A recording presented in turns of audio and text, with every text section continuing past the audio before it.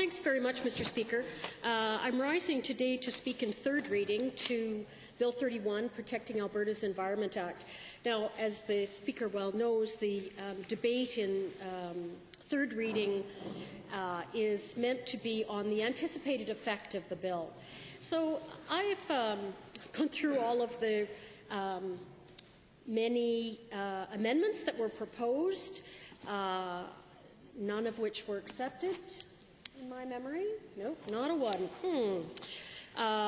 So the government, that to me tells me that one of the effects of the bill is the government has no desire or interest in working with people around this bill. It's pretty much dictatorial, and that's the end of it.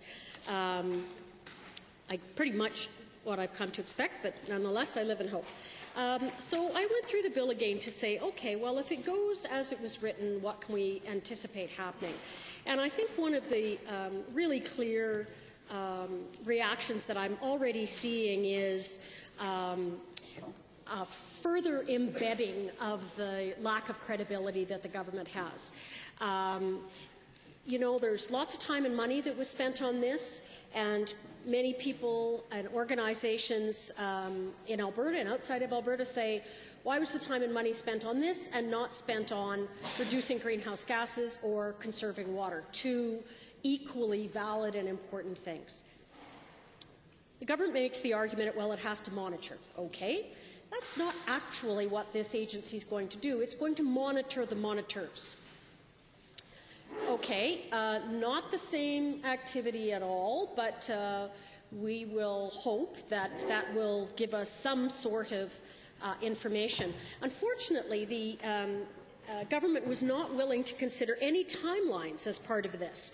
So we have no expectations at all, and the minister was not willing to consider any, for when a number of the bits of information that are in the Act would be done.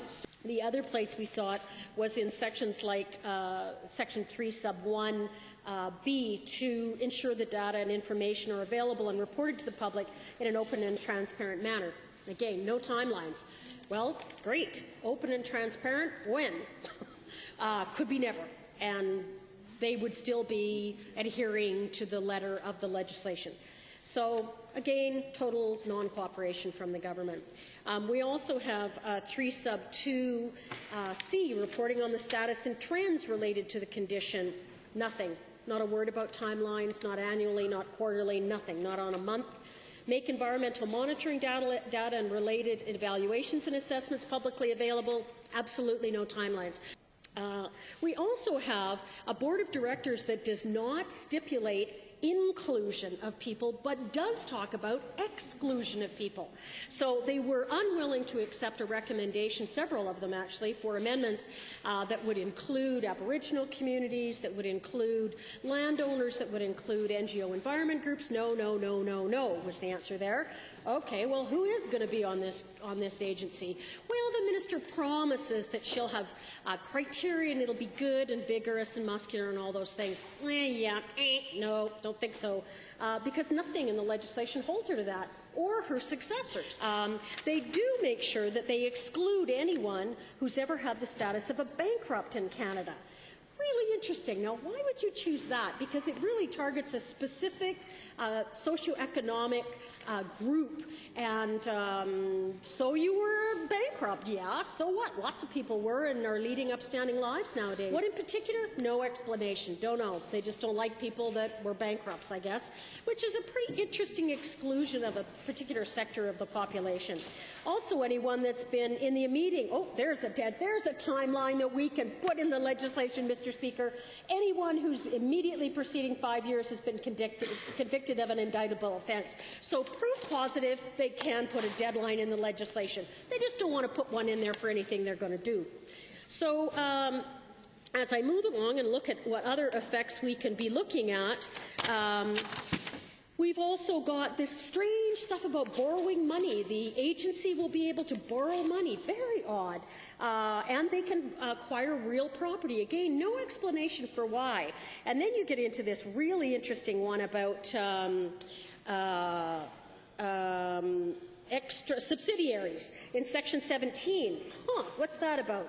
They can borrow money, they can have a credit card, they can have real property, and they can have subsidiaries. No explanation for that, Mr. Speaker. Very interesting what we could be doing here and how much money we could be giving to well-regarded friends. And finally, the conflict of interest section, which this government's got to come to terms with this.